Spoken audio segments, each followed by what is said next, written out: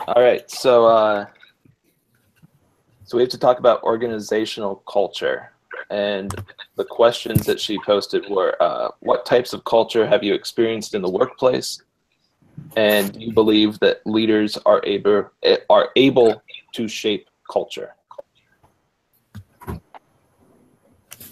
So who wants to kick it off? I guess I'll go first. um, right now, I'm working at the pool, as you guys know, at a resort, and it's kind of like a positive environment. But there's a lot of what is it called, micromanagers. So it kind of makes it very like negative when people are telling you what to do. Because especially now, it's starting to become like really slow at the pool. There's really nothing really to do, and with the heat and everything, it just sucks being out there. And with a lot of micromanagers, it's definitely able to they can shape the culture just being the way that they act to the employees and whatnot. So I definitely do think that the managers can shape a culture, or even leaders in general can shape a culture, just because if the followers are there and whether they want to be there or not. But if the message is powerful enough, you can listen to it, or if you really have nothing else to do, then you kind of have to listen to it. Yeah, going off of that, at my restaurant that I work at, we have two managers that are like the store managers that are normally there, and they're both like really, really good leaders. It's like a very like supportive and inviting and positive environment.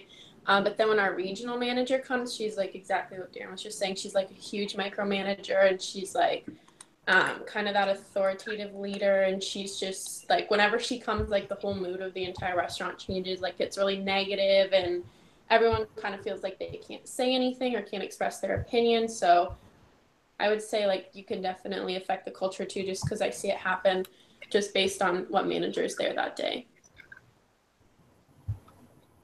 I mean, personally, like at my job, we actually did it just like I would say in the last year had the transition, maybe like 6 months ago, between basically a negative type of leader versus somebody that was more that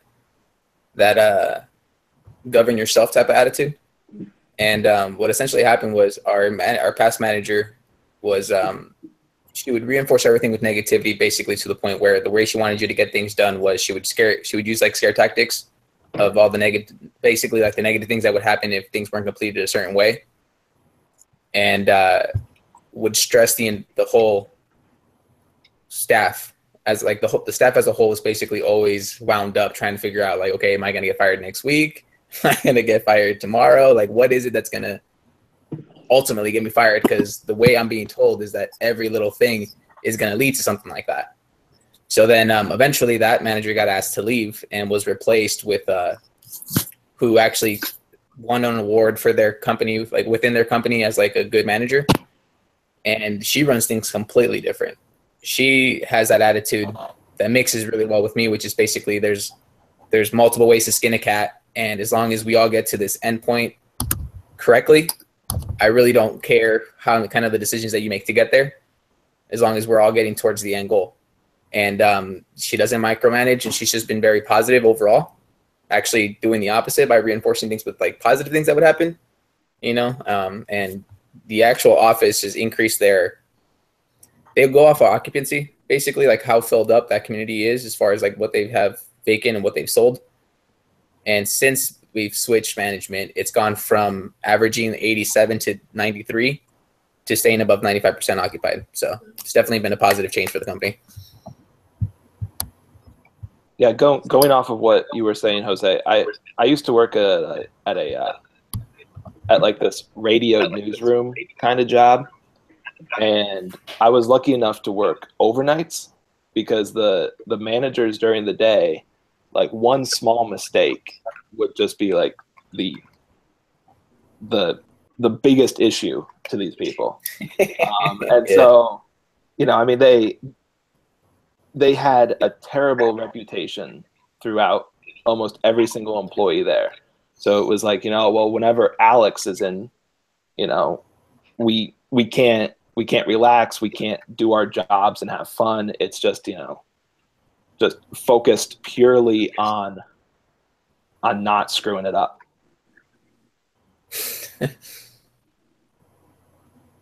I feel like I mean, that would be a really horrible culture to create, especially in maybe like a customer service gig. I know that I work for Starbucks, and they had a bunch of examples about the Starbucks coffee culture.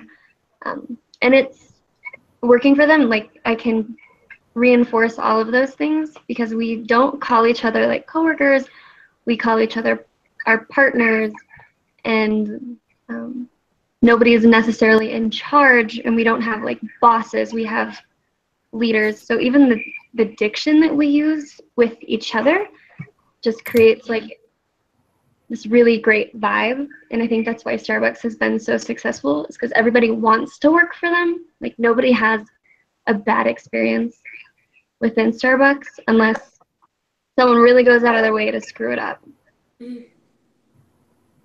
I feel like I definitely have leads because we have multiple that will be for this area, and there's like the main three and then the ones that swap out when those aren't there.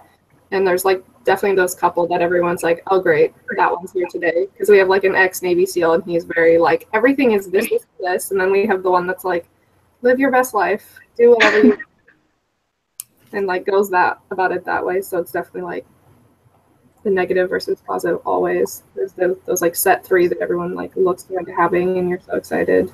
And the other people come in and it's like, great, it's gonna be a horrible day just because of that one person being here.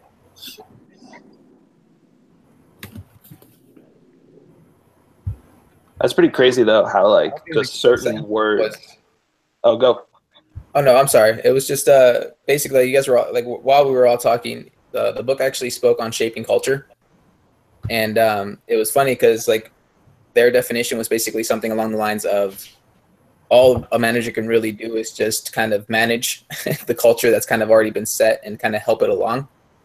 And the better skilled that manager is at being able to manage that and juggle culture and be able to kind of do some, kind of play with it, were the ones that could, I guess, had the best ability to shape it or kind of lead it towards what they felt was like the better end of that organizational model that they were walking into. So kind of thought that was interesting.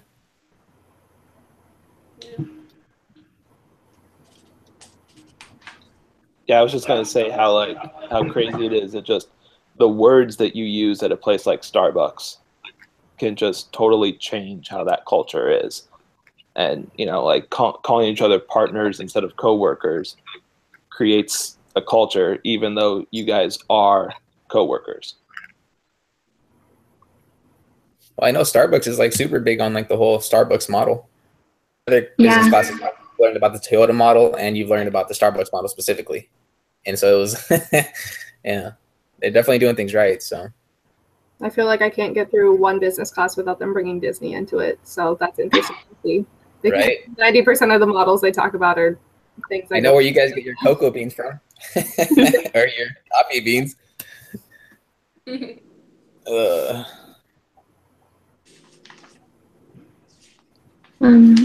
Yeah, so actually at one of the stores by me, some Starbucks, they just went from a store manager who was really lenient, really lax, like really strived for that culture, like customer connection and happiness of their employees, like strived for that first and foremost.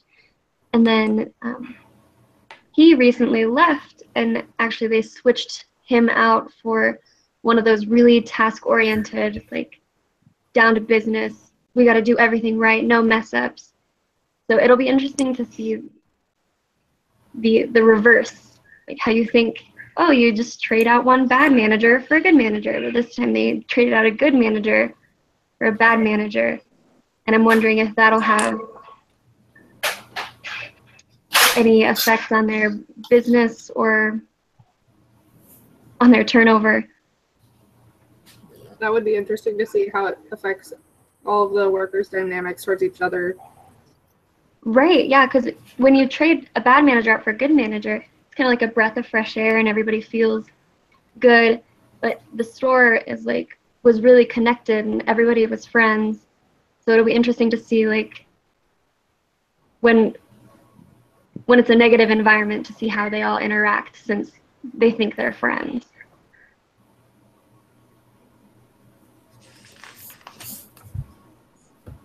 So did any of you guys watch those Zappos videos? I just watched the lecture. I didn't watch the videos. Did Okay. you?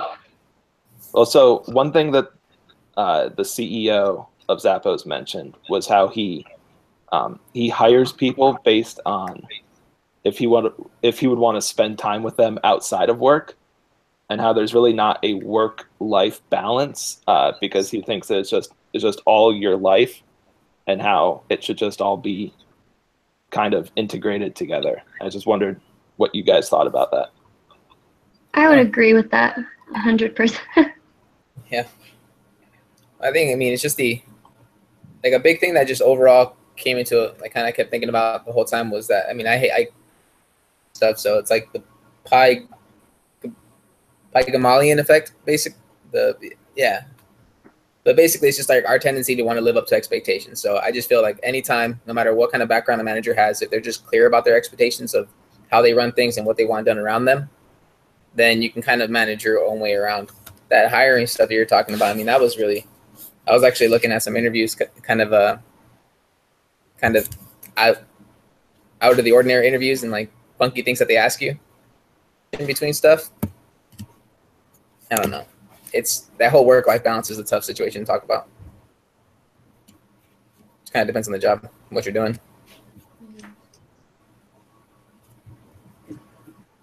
I feel like that would make sense if you hire people that you would want to spend time with outside of work, because that takes out that negative dynamic, I guess you could say. Because I think everyone has that person that you're like, if I never saw them again, it wouldn't be too soon, that you just want them work and they're there. That always seems to cause problems or something else. Yeah, I think that's smart too, because like I know for me, like I'm obviously more professional and stuff when I go into work, but I think like your overall like attitude and personality isn't gonna really change a whole lot. Like you can try to cover it up, but I mean it's gonna kind of come through. So I think hiring someone based on how they are in every aspect of their life is a really good idea. It makes sense. That's kind of how the fire department does it. You know, the fire department basically wants to make sure that they know you as a person. That way they can understand that, you know, you can actually live in a 24-hour situation with other people and interpersonally connect with them and not be that one person that kind of just makes the firehouse lose their cool. So, you know, it's definitely an important thing, especially, again, like I said, it's just kind of depending on the role that you're going to do. If I'm going to be expected to live with a team of people, a team of guys for 3 24-hour shifts in a row every week, I mean, I'm going to have to make sure that I can actually live with these people. So they have like a whole process of interviewing just based on your personality and trying to figure out like kind of red flags that might come up in like a firehouse situation. Mm-hmm. I think it's always in like stressful environments too, like those parts of your personality that you might try and suppress are what's going to come out first when you're getting overwhelmed and things like that. So if you're like actually getting to know that person, then you would want to hang out with them. That would help that as well. I think we're pretty good on time, honestly. Yeah. So I think you guys want to, is there anything else you guys want to kind of focus on? Any points you want to hit? I think we covered it all. Yeah, I think I got nothing.